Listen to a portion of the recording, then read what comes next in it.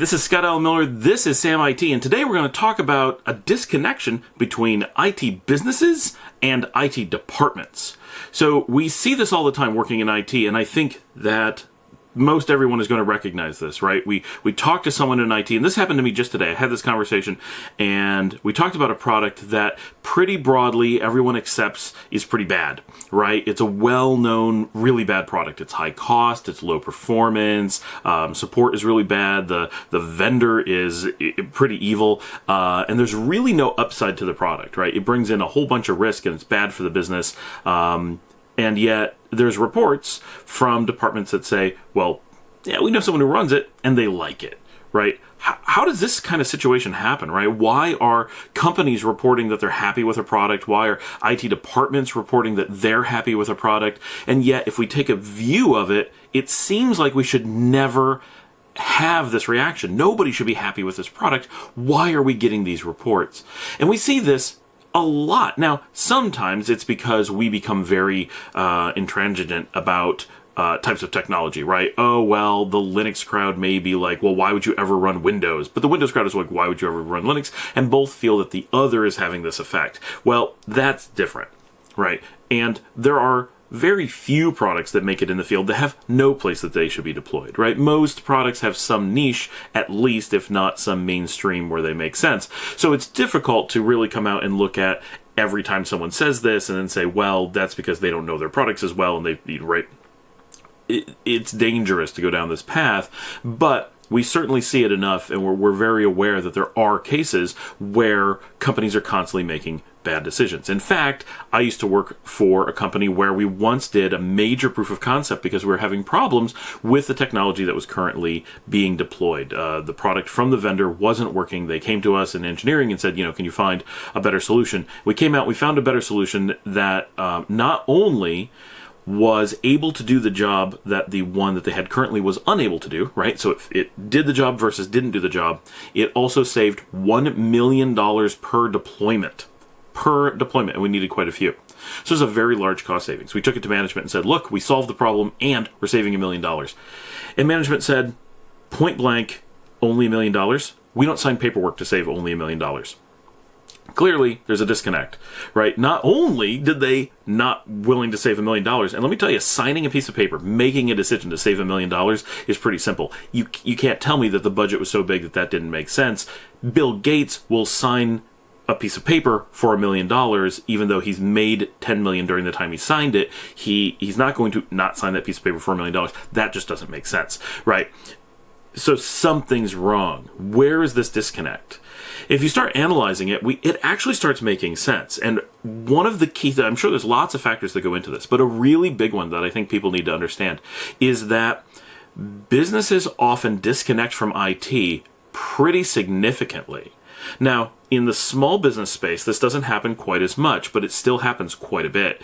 The owners of the business, the CEO, the board, the whatever, will take a business view of things and keep IT at arm's length. They may not give them full exposure into what the business is doing. They may not be able to see the financials. They may not have a really good understanding of how the business is affected by decisions. They may not even get to see the prices that the business is getting. In the other hand, the business often has very little insight into the technology side, into the IT stuff. They may not understand the products and the decisions that are being made. They may not have any visibility or good connection to the vendors that are at play. They may not know how it all fits together. And so they, if they see anything, tend to interface with decisions through budgetary concerns. For example, they see a price, and that's part of what they see, and through salespeople, someone who is there to mislead them, someone who is there to convince them that they have something good, as opposed to IT, who's going to evaluate those things, right? So the team that's doing the evaluations is often disconnected from the ones who are making the final decisions, or the ones who are looking at which vendors are going to be used, how the money is going to be spent, and so forth. And like I said, in the SMB, we tend to see a bit of connection here. It's easy to walk into the owner's office and say, look, we need to discuss this as a big picture. But as companies get bigger, especially medium and large corporations, you start getting a pretty heavy disconnect to a point where the IT department may have no idea what is good or not good for the business or how the business is thinking, and the business may have no idea how technology plays into what they do. Now, that's at a very departmental level. If we start getting to individual people, there's something more important at play. It's not just that, they may not be tasked with that, they may not have good visibility, but IT still knows when something's bad for the business, or could know. But they actually often don't. Once you get large enough that you have, say, engineers and not just IT managers, you may not have the slightest clue how much something costs. Or if you do, you're so disconnected from it that you don't really care at all. Once you become disconnected from things like cost, you're no longer attached to the business, right? That's very important to understand. Remember, IT is a business discipline. Sure, it touches technology, but at its core, IT is just a central part of business. Everything we do affects the business. Everything we do is in a business context. We cannot exist without that context. We're simply not IT without that context. And I know people like to try to redefine IT as just people who play with computers because they're trying to belittle the field. Don't let that happen, right? IT only has a function. It only conceptually exists when we're working for the business. Otherwise, we are just people pressing buttons and we have no value, or extremely little value. Anybody can press buttons. It's putting button pushing into a business context that makes us have value. We can discuss in another video, and we will, whether we should be renaming IT. That's different. So the IT field has always existed. They must have this thing. So the dangers, when we start having engineers, right, or administrators or whatever, all these people who are working in IT but have no idea what they're using, how it costs, how its performance, like they don't care, right? Because they may say, well, this is easy to use, this does the job, this doesn't cause me friction at work, therefore I like the product. They're not concerned by the things that we think you should be concerned about in IT. If we were on a race crew, for example, and someone put a new engine in the car, and it didn't work very well, the car was slow, they lost all the races, you would never expect the mechanics to come back and say, we love that engine, it's great. Because they're never that disconnected. They care that their team wins. They're on a team together. They're connected to the business, right? And in their business is winning races. But in your business, you have to step back and say, is the IT team or the people on the IT team, are they still connected? Do they care that profitability is what their decisions and what makes them happy is generating? Or are they simply seeing as, this makes my job easier? Right, and we see that a lot when talking to IT professionals. They will sit down and say, I need this product. Well, why do you need this product? Because it makes my life simple. Okay, but it costs $1 billion. I don't care what it costs. It makes my life simple, right? Okay, I understand that, right? But from a business perspective, we need to step back and say, well, why did we let the business get so disconnected from the person who's making the request? Sure, a receptionist might come out and say, I need a Ferrari. It makes it easier to run to the store and grab hamburgers for people for lunch. It's really easy to say that's not a valid desire. Yeah, you may need a company car, you may need an Uber account, you may need to have Uber Eats deliver it for you. Like, we may need to solve this solution, but because it's so simple and physical and in your face, we don't get misled by, I just need some really silly thing that's going to make my life super easy and clearly has no business benefit. But when we're in IT, it's really, really, really easy to hide those things and say, this is a tool that I need, or here's a tool that the business shoved down our throats. We should be protecting them and say, wait, this is a terrible decision. But why?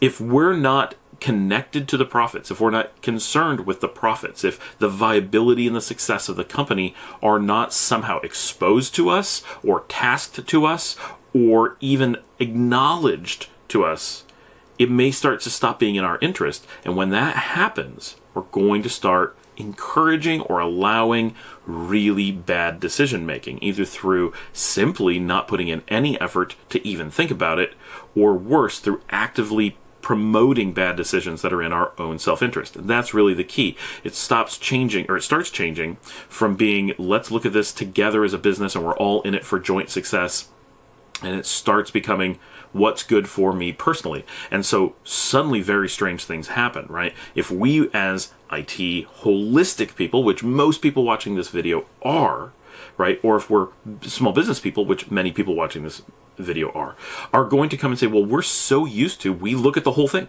right? It's money coming out of my pocket, it's profits going into my pocket. I'm here to make my job is to make the business do well. So that's how we look at things, right? But if we let that start to separate, it's really, really easy to start seeing where someone's going to come in and say, well, this product, I could care less if it's fast or cheap or effective or reliable or ethical or a liability. I don't care about any of those things because they don't affect me. I'm not the person whose wallet is being opened and the money's being spent for purchasing it. I'm not the one who's going to pay should it fail. I'm not the one who has to panic when the company goes out of business because I'll just go find another job. I'm not that person. I'm so disconnected from those things that I'm just going to say, hey, is this good enough for me? Is it going to make my life easy? If so, I don't care about any of those other things. The problem there is that IT is not adding any value. So IT becomes a valueless player in the equation. So the business is getting bad value and IT isn't earning any value. It's a natural thing to have happen, and it's just self-preservation. Once you have no reason to care about the viability of the business, the success of the business, the only thing you have to guide you in any decision or any input is going to be self-preservation or just making your life better, right? So it's a natural thing, and we can't just expect people not to do it because that's exactly what the business is doing, right? Why is IT getting into this position? Because IT can't put itself in that position. It's because the business is basically having the same thoughts, just in a slightly different direction. They're saying, this is a bunch of work that we don't want to do. We don't want to take the time to understand this. We have someone to push this off to. If they don't complain, we're not going to complain. Salesman walked into my office. It's easy. I can just say, hey, the sales guy gave me an idea. I'm just going to buy whatever he's going to sell me. That's easy. So the same self-preservation may be happening on the business side, even to an owner who's just not wanting to do a lot of work or wanting to show that they're making decisions and they don't realize that they're making decisions that other people don't think make them look very good, right? They think, I look decisive. Everyone else thinks, wow, this person doesn't understand investing or business. But no one says anything because it's not in their interest. They're not connected. It's not their money disappearing. It's not their risk being taken on. So why would they go out of their way to make the boss look bad if the boss isn't asking for their input, isn't asking for their guidance, isn't giving them a piece of the pie, is not connecting them to the business? They wouldn't, right? Not very often. Sometimes in IT, you're going to find really passionate people who are going to go out of their way and take risks themselves to go in and say, look, this is a bad decision. Please don't do this. It will happen. But not by and large, right? People who are watching this video may feel like you're going to do this. You're also people who are watching this video. You are already a subset of people who are taking the time to learn more, to investigate, to have peer review, to whatever, right? This is already a pretty significant subset. The average IT person is not about to go out and watch videos of this nature, not on their own anyway, right? Maybe you're being forced to see this because your boss said so, then that might be different. But so understanding that is the first piece. And the second piece is, what do we do about it? Well, from an IT perspective, there's very little we can do about it, except maybe educate management. So if you want to educate management and you're in IT and you have no idea what else to do, take this video to them and say, sit down and watch this.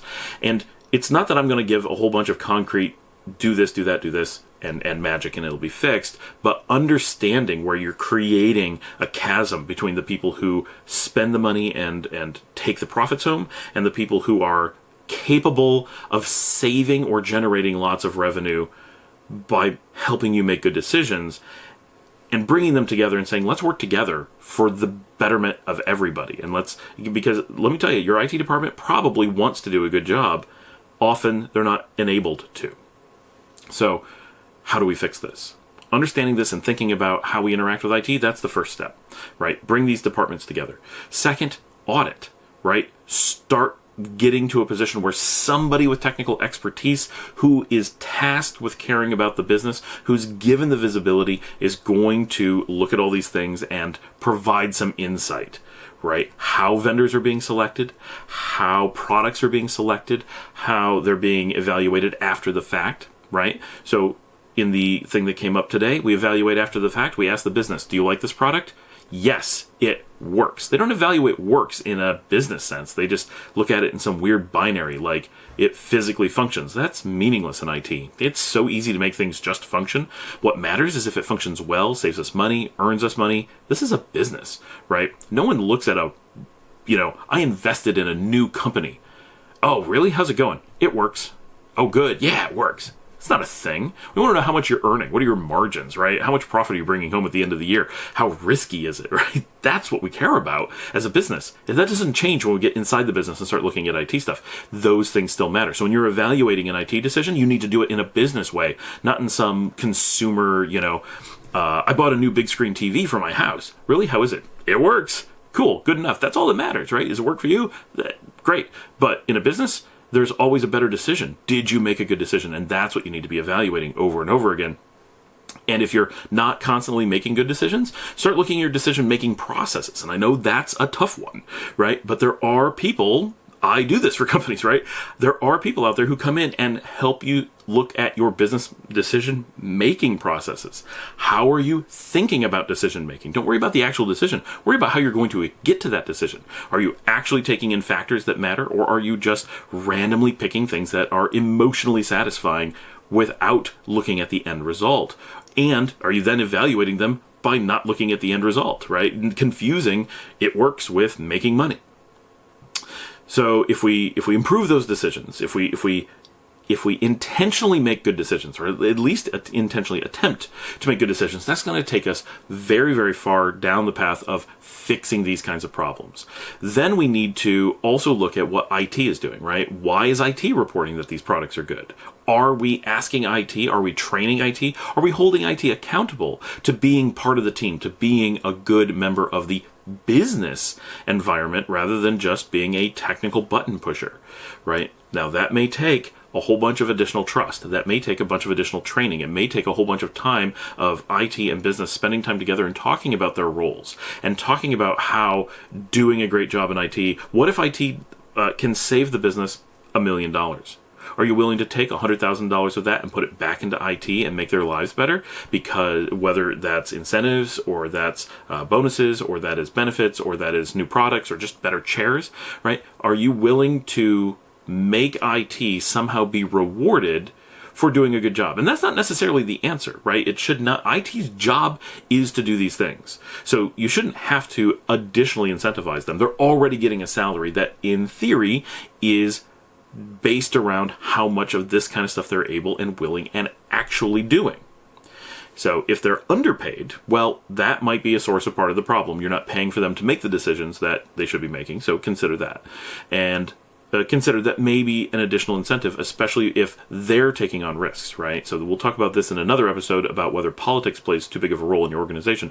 But are you holding IT accountable in such a way that they aren't willing to go out and try to save you money because they're the ones who get hurt if they do, rather than rewarding them for making good decisions even when those decisions go wrong? Right. Too many organizations put IT into a position where they feel they have to do bad things for the organization because it protects them from the business management, who often lash out at IT when things go wrong, right? If that's a reaction that you have in your organization, that's something you need to fix, because you will never get healthy IT if the business isn't treating IT with respect. So they will always try to protect themselves from you, right? And so these are really the tools, right? We need to look at what IT is doing. We need to give them the tools to do what they need to do. We need to think about how we're interacting with each other. We need to think about how our decisions and our reactions from the management side, from the business side, are influencing IT. We need to make sure that the business is not pushing decisions down on IT. They need to be sucking decisions up from IT, right? There's no way for the business to go out and decide, oh, this cloud product, this vendor, that vendor. You can't know. If you had to hire an IT person, it's impossible for you to need an IT person to do some of the work and you to know the things. You may need more people, right? But unless you can do the jobs of the people in IT, you need them, whether it's your staff or an MSP or a special consultant just for this stuff, whatever. You need somebody with that expertise. If you aren't the person with that expertise, you can't be the decision maker. You're blind, right? It's just how it is. I can't decide on a race car, right? I don't know enough about it. I'm neither the mechanic nor the driver, right? So if I was going to invest in a race car company, I would not be the one picking the cars and the engines and the components. I might be, wary of ones that cost 3 times as much as one that seems to be almost as good for a third the price. But I'd have to only be wary. I couldn't make the decision on it, right? I don't understand enough. I don't have the insight to know if that's going to be the difference between winning or not. And so, as a business owner, you may have budgetary constraints. You need to convey your risk needs or desires, long-term and short-term strategies. That stuff may be something that you have to teach and convey to your IT team. But at the end of the day, whoever's making these decisions is running IT and making the core decisions for the business. And if that's someone who doesn't understand all of the moving parts, those decisions are really, really reckless and dangerous. And we see this all the time, right? When we evaluate companies, whether casually online or being brought in to do an audit, we constantly find massive amounts of money being thrown away on things that should have been obvious. And any person reasonably in an empowered IT role should have been able to stop it. But all it takes is one salesman getting past that IT checks and balances point. And if you don't have strict ones, if you don't have an organization that trusts its IT infrastructure, remember, could be internal, could be a consultant, could be an MSP, doesn't matter. Your IT group is there to protect you. You need to rely on them. You need to empower them, and you need to get them to a position that you can trust them, whatever that takes. So that every organization is going to be different there. But I think from this, we have a good understanding of who needs to be involved, how we need to trust each other, how we need to communicate, and how we need to bridge that divide so that IT is not operating purely out of self-interest. And once we do all those things, once we empower IT, once we make sure that they're being compensated fairly, once we know that they have the tools, both technically and from a business perspective, to do their jobs, then we need to trust them to do it, and then we need to audit them and pay attention and make sure that decisions are being made in that way. And maybe that means when a new product is being selected that you have a meeting, and from time to time management requires that IT step through its decision process and say, well, here's what we evaluated, here are the factors we thought about, here's how we thought about this ahead of time, right? And if you start hearing things like, well, a vendor showed up and told us we should buy this, and it seemed like a great product, so we bought it, then you know you have a problem.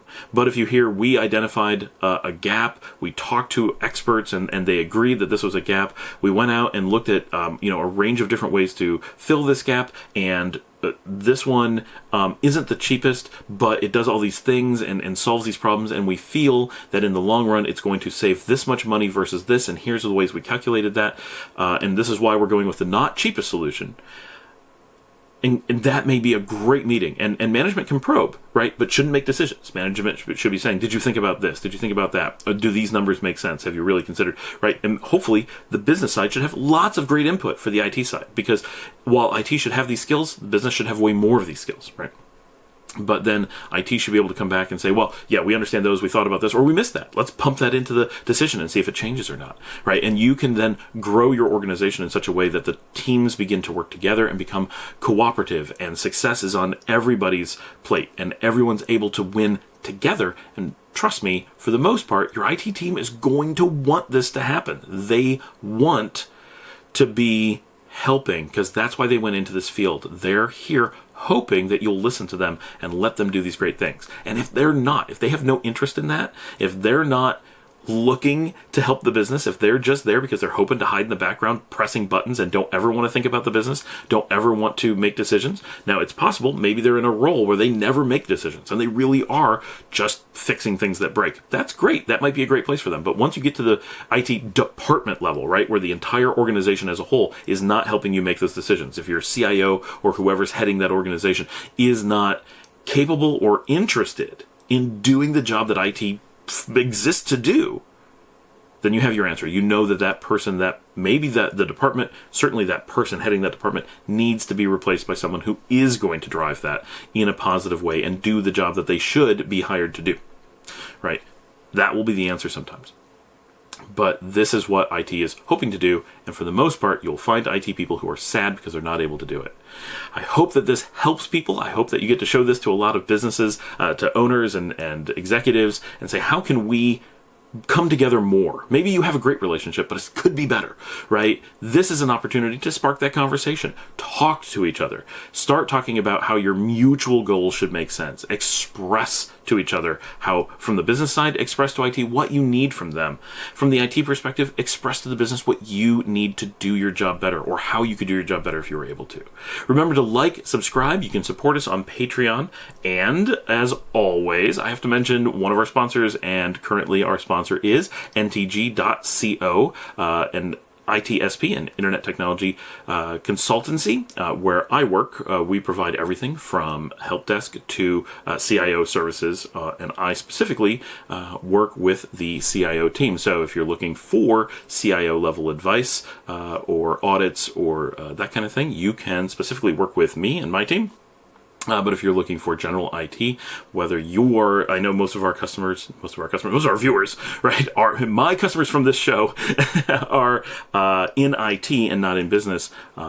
If you're looking for a company that can help augment what you currently do or fill in gaps, whether those are technology gaps or they're management and business gaps, or they are things like time and capacity gaps, right? Coverage for holidays, coverage for sick days, projects come up, those kinds of things. NTG fills all of those things. We're very flexible in a very different kind of company. I encourage you to reach out and ask how NTG can work with you. Thank you for watching. I appreciate all of my viewers. And this is the first video, I believe, with the new lighting setup. So definitely leave some comments. This is not the permanent one. This is a temporary one to test the new lighting. So I'm very excited with how I think it's going to turn out. I've done some test videos and it looks good. And with this setup, I have a better microphone and I have the better LED lights. I'm going to have more very soon because it's still a little bit dim. But we're trying to build out the studio so that we have a much more consistent look and feel and the ability to make the show at more times. So definitely leave some feedback about that. But I'm very excited that we're getting something better together. Thanks for watching.